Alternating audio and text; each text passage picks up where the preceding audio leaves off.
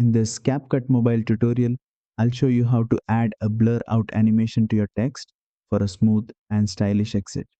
Let's walk through it step by step. First, open your project in CapCut Mobile. From the bottom toolbar, tap on Text, then tap Add Text and type the text you want to animate. Next, head over to the Font tab and choose a font that fits your project. Clean and bold fonts usually look best because the blur effect remains visible and readable as it fades out. Once your text is ready, tap on the Animation tab. Now, switch to the Out section, which controls how your text leaves the screen. Scroll through the available options and apply the blur animation.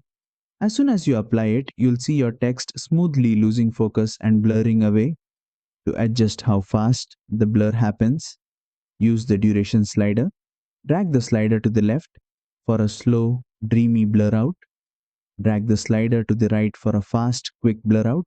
Preview the animation and fine tune the duration until it blends naturally with your video timing.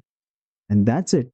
You've successfully added a blur out text animation in CapCut Mobile. If this tutorial helped you, don't forget to like, share, and subscribe for more fully explained CapCut Mobile text animation tutorials.